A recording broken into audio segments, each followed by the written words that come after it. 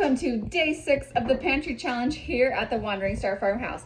Now, this is actually basically my first day because I was out of town the whole first week of the challenge. So I'm getting started like pants on fire, off we go into this pantry challenge. So yesterday, actually, my husband made dinner. He made biscuits and gravy for dinner last night. And then we used leftover biscuits and ham and eggs to make breakfast this morning. Then the kids actually had a 2-hour delay start for school this morning because of the bad weather that we were having. I needed to pick up my son pretty quick to take him to an orthodontist appointment. So we got Panera for lunch. Tonight I was just looking in the fridge to see what in the fridge needs to be used up, and there's actually something in there. I don't know what it is. It's some kind of stew or soup or something, and I'm just going to use that and make a pot pie out of it. It's got like chicken, potatoes, green beans, potatoes, sweet potatoes, peas. I don't know what it is.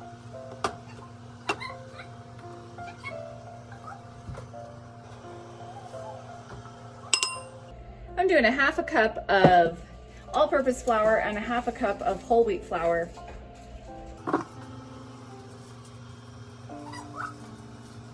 Non-yeasted recipes are an excellent way to get started with using whole wheat flour because it doesn't change the way that it acts, the way that it does when you're making yeasted recipes.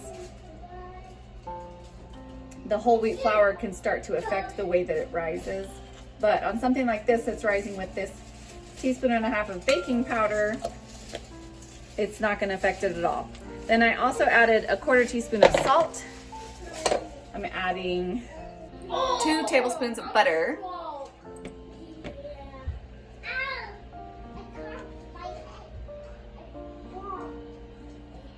Annoyingly, I can't find my pastry cutter. If I had known I wasn't going to be able to find it, I might have put this in a food processor. Then I am adding a half a cup of milk and 1 egg from our chickens.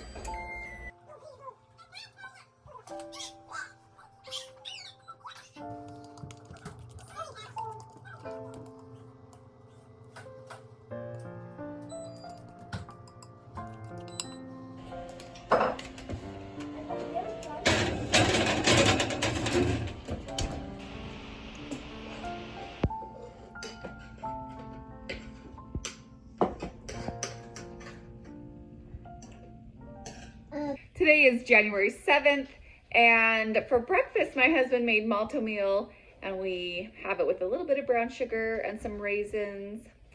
I came home from a meeting this morning and my son was making muffins. He was making apple cranberry muffins with some cranberries that we had left over from the holidays in the fridge, and those turned out very delicious.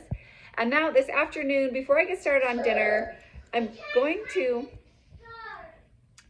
work on a little bit of processing that I need to do. I'm still ramping up because I was gone for so long, and getting the house back in order after Christmas and all those things. So I'm going to be prepping some pumpkin and butternut by roasting and pureeing them so that then they're ready to use for stuff. And I need to wake up my sourdough starter and get that ready. I do a lot of sourdough this time of year, so I'm really excited.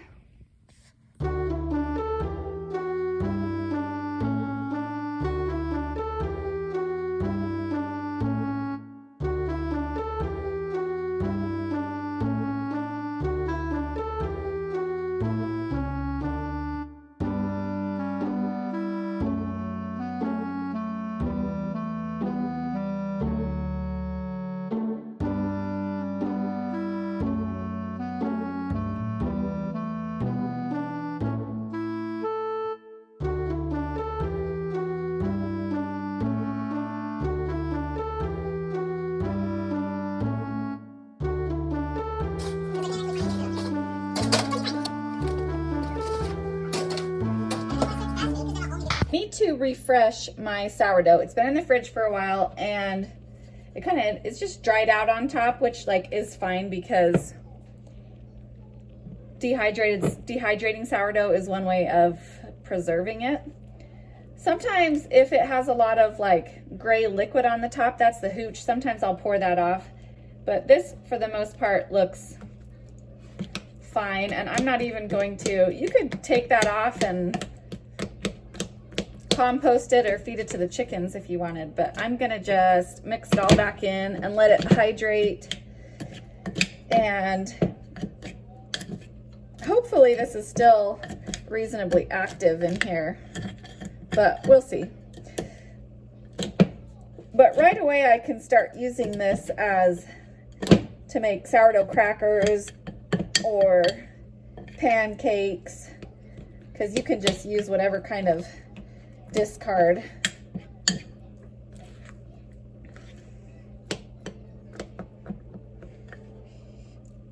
Smells super good. Just gonna start by adding some flour, and that's all-purpose flour. And then I really want to start adding in some, I want to start transitioning this to work well with whole wheat. So I'm gonna do that a little bit at a time. So adding some fresh ground whole wheat flour in there. And we'll see what happens to this. If this is super active still, then this bowl is too small and it will start jumping the edges. But if it needs to be refreshed a little bit more, then I'll take out a cup or two of this in the morning to make pancakes or something, and then add more flour and water to it. So I'm really interested in getting back into a little more whole wheat flour. I've kind of gotten out of the habit of that, but one of my goals for this challenge is to get back into a little bit more of the whole wheat. I really like pancakes with whole wheat flour. I think the whole wheat flour helps make a nice kind of crust on the edge of the pancakes. And it just starts to get a little trickier when you get into the yeasted breads. But okay, that looks good, and I'm ready to set that aside and start working with that.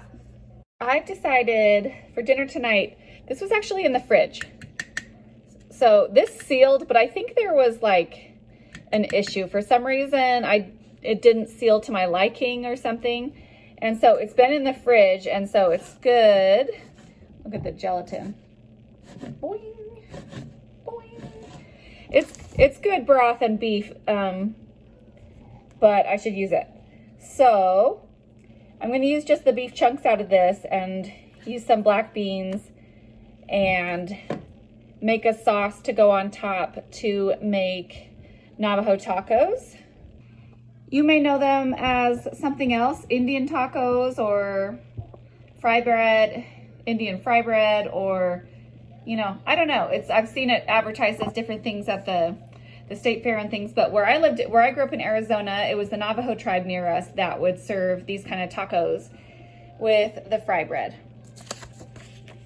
So this is my little recipe card that I wrote up when I was like, I don't know, in 6th grade or something, in my recipe kit ever since. I found just a little bit of lettuce left. I'm happy because I really wanted lettuce on it. Sour cream. Here's some home canned salsa from this year.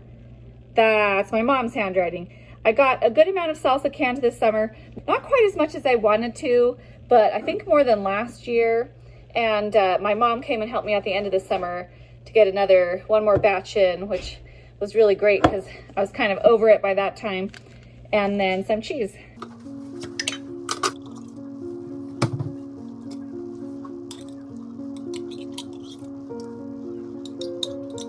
I did put in a little bit of whole wheat flour with this. I was thinking it's yeasted, but it's actually not. So I probably could have even added more whole wheat flour.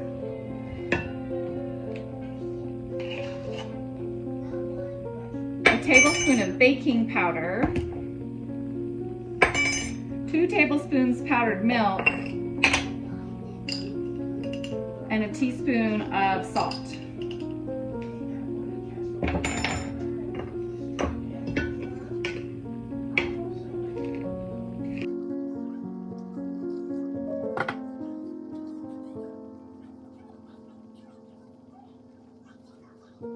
And 1 1/4 to 1 1/2 cups of warm water. I'm gonna get my hands in here so that I can see if it has enough water or not.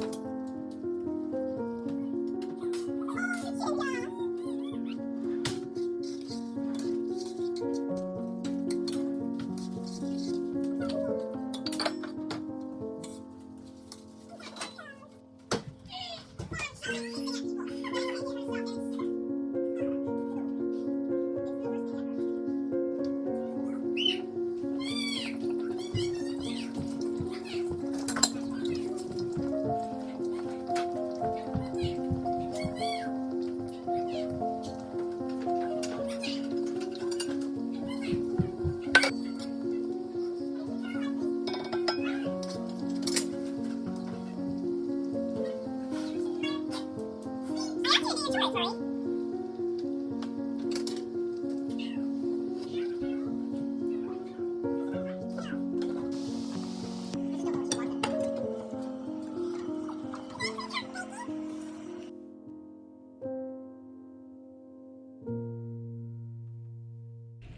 is January 8th, and for breakfast this morning, I got up and checked on the sourdough, and it was starting to bubble and wake up from my refreshing it after kind of just being in the fridge for a while. So that was good enough, and I decided to make some sourdough pancakes with the discard.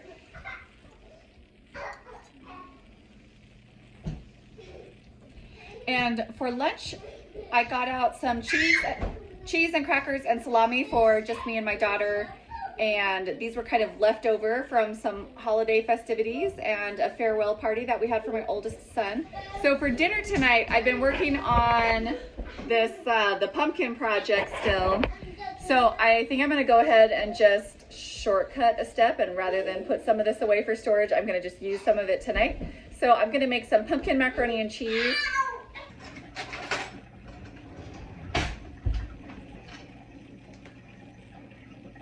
Getting started with some of our home-raised lard. Basically, I'm just going to be making a bechamel sauce. And so to make the bechamel sauce, I'm using lard as opposed to butter. And then I just need to add an equal amount of flour, which is right here. I'm not actually going to use a can of milk. I found some frozen evaporated milk left over from something else, so I'm going to use that up for the pantry challenge. Is our goat pregnant? So hopefully our goat's pregnant. Our goat is with the boy goat right now.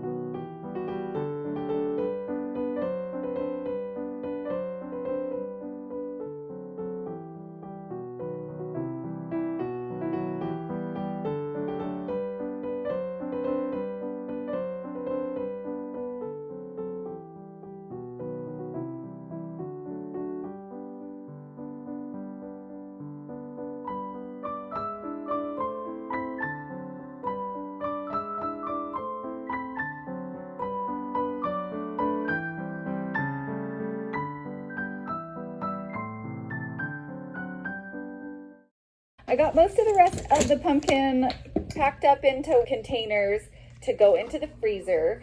So those will be ready for using for muffins and pancakes and all the things that we can think of. But my two little ones couldn't stand the sight of me pureeing pumpkin without making pumpkin pie. So we decided to make some pumpkin pie, and we pulled out a frozen pie crust from the freezer.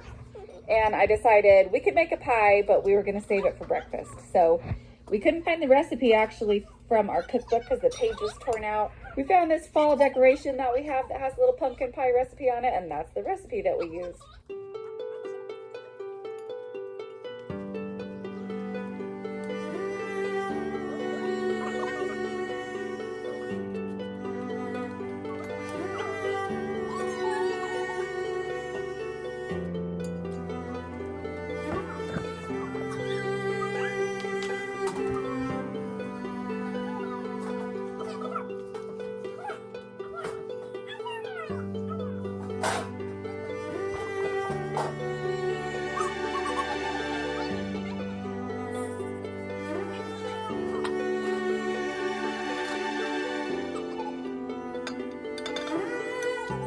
I think this is my last time using my beloved duct tape immersion blender because my son bought me a new blender for Christmas. So I haven't got that out of its package yet. had to use the duct tape blender one more time.